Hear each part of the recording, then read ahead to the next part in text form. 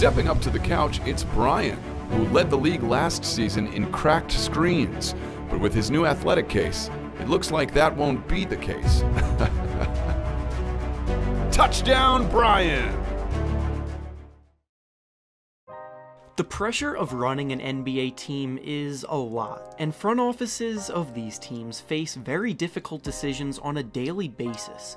The ultimate goal for each of these front offices is to obviously put together a group of guys and a coaching staff that are capable of competing for a championship, but there are a ton of obstacles in their path of doing so.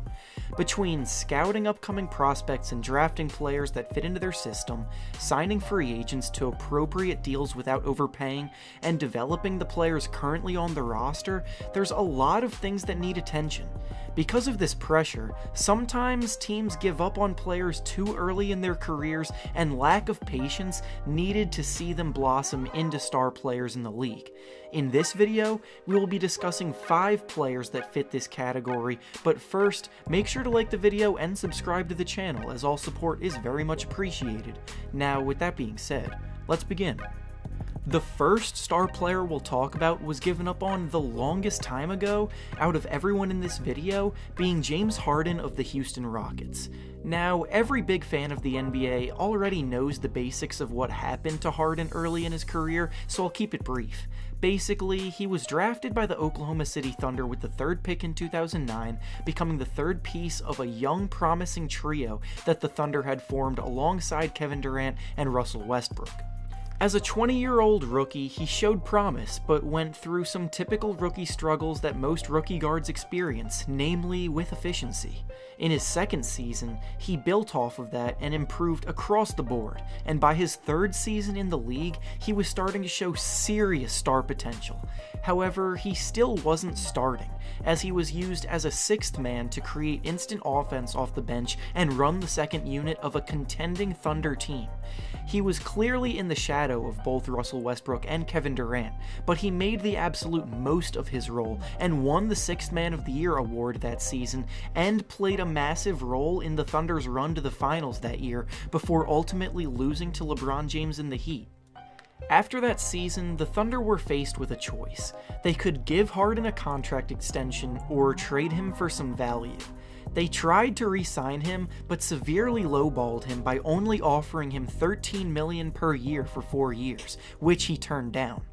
Harden knew how good he was capable of being, and knew his worth, even if the Thunder, who clearly only saw him as a 6th man, didn't. The Thunder then traded him to the Rockets, and as we all know, the rest is history. Harden immediately made the All-Star team in his first year in Houston, has improved every year, and has won the MVP award.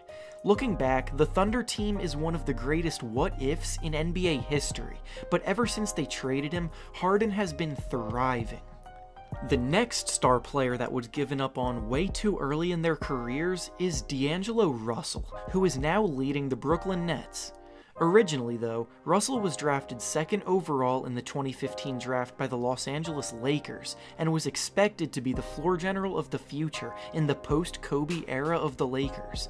The Lakers, however, are a very proud and accomplished franchise that are not used to or expected to have to go through tanking or rebuilding phases, so when they went a few years in a row without landing a marquee free agent and experienced losing season after losing season, they began to lose their patience. On top of that, Russell and teammate Nick Young got caught up in a scandal involving Nick Young and a significant other that I won't go into further details about, but no matter how you feel about that situation, it did lead to friction between Russell and the team. So, after only 2 years, they traded Russell to the Brooklyn Nets. Almost immediately in Brooklyn, Russell looked primed to take the leap forward to the next level and elevate his play, as he was averaging over 20 points per game in the first 12 games that year, but then he began to struggle with injuries, which hampered his play for the remainder of the season.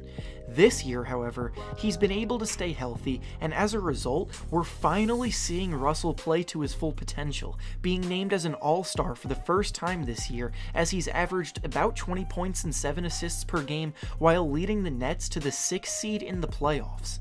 If the Lakers had a bit more patience with him, perhaps they wouldn't be so desperate to add talent around LeBron James and wouldn't be fighting just to make the playoffs at the moment. The next star that was given up on way too early in their career is Victor Oladipo of the Indiana Pacers. Originally drafted by the Orlando Magic back in 2013 with the second pick, he had a pretty good stint there, but the Magic really didn't seem to have any clue what they were doing at this point in time or what direction they wanted to go with the team, which is why they have become infamous with holding players back over the past few years. Oladipo has been a pretty good defensive player his whole career, and early on in his Orlando days, he did display a well-rounded offensive game where he could operate as a playmaker and scorer, but the consistency wasn't there, and the coaching staff never fully trusted him to run the team. They instead favored Nikola Vucevic and Evan Fournier most of the time, and as a result, the team hasn't gone anywhere since the Dwight Howard era. After just 3 years, the Magic wound up trading Oladipo to the Thunder for Serge Ibaka, who they also misused and wasted, and in Oklahoma City he was able to play alongside Russell Westbrook during his MVP season and learn how to hone his aggressiveness and playmaking ability from one of the best in the game. This year was big for Oladipo's development, and after that year, he was traded to Indiana in exchange for Paul George, as George wanted out of Indiana, and Oladipo was then given the opportunity to flourish as the man, proving to be one of the very few win-win trades the league has seen. In Indiana, Oladipo has been crowned as an All-Star each of the last 2 years, made first-team All-Defense last year, and was legitimately one of the best two-way players in the entire NBA. Unfortunately, this year, he ruptured his quad and is going to miss the rest of the season, but barring any setbacks, Oladipo should remain one of the best shooting guards in the league for years to come, after the Magic dumped him after only a few years. The next star player that fits this topic that we'll discuss was actually, crazy enough, a teammate of Oladipo's on the Magic at one point, and has already played for 5 teams in his 8-year career so far, having yet to find a long-term home, and that player is Tobias Harris. Harris was originally drafted by the Hornets 19th overall in 2011, but was traded on draft night to the Bucks. He didn't make much of an impact in his rookie year there. Then in his second season, he was included in a trade to the Magic. It was on the Magic that he started to show signs of becoming a very good player, but as I mentioned earlier, the Magic were a dysfunctional unit and didn't quite know how to manage their talent, so despite having both Harris and Oladipo, along with Vucevic and Fournier and other pretty good role players, they never made the playoffs, and after 2.5 seasons with the team, Harris was traded again, this time to the Pistons, in exchange for Ersan Ilyasova and Brandon Jennings, showing how inept the Magic front office was. On the Pistons, he continued to develop as a scoring option on the wing, and his efficiency really started to blossom. But yet again, he got traded to the Clippers during his 3rd year with the team in a package that got the Pistons Blake Griffin in return.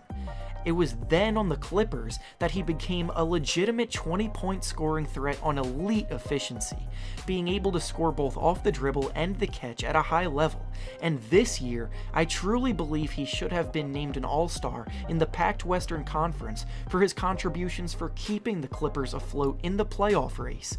Then, yet again, Harris was traded at this year's trade deadline to the Philadelphia 76ers, and for the first time in his career, he's in a situation with a real chance to contend.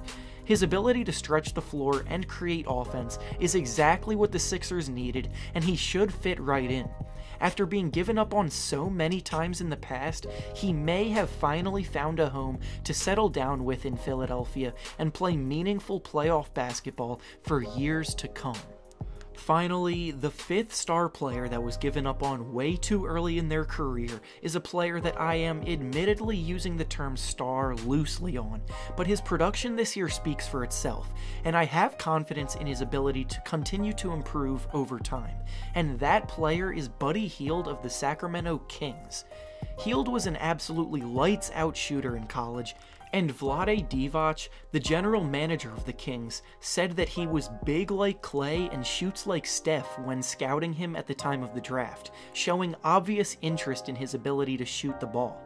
Hield, however, got drafted by the Pelicans, and in his rookie season, he started off slow and inefficiently.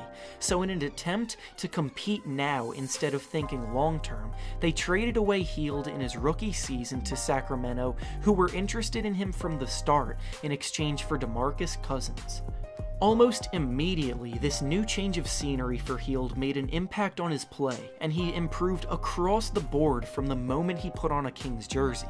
His scoring output doubled that year, his efficiency soared, and he was looking like the shooter he was supposed to be out of college.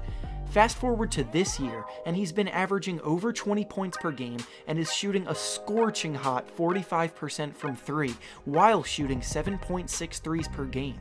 For context of just how good that is, out of everyone that takes at least 5 threes per game this year, Hield has the second best percentage in the league, behind only 3-point contest winner Joe Harris. But Hield takes over 2 more threes per game, so the volume that goes along with the efficiency makes it extra impressive. With the Kings finally starting to compete for the playoffs again after a long drought, Hield has been a major part of that, and with the Pelicans in disarray after the whole Anthony Davis fiasco, maybe they shouldn't have given up on him so soon. And with that being said, that's all I have for you today. Make sure to like the video and subscribe to the channel for more NBA content on the way. Thanks for watching, and I'll see you all next time.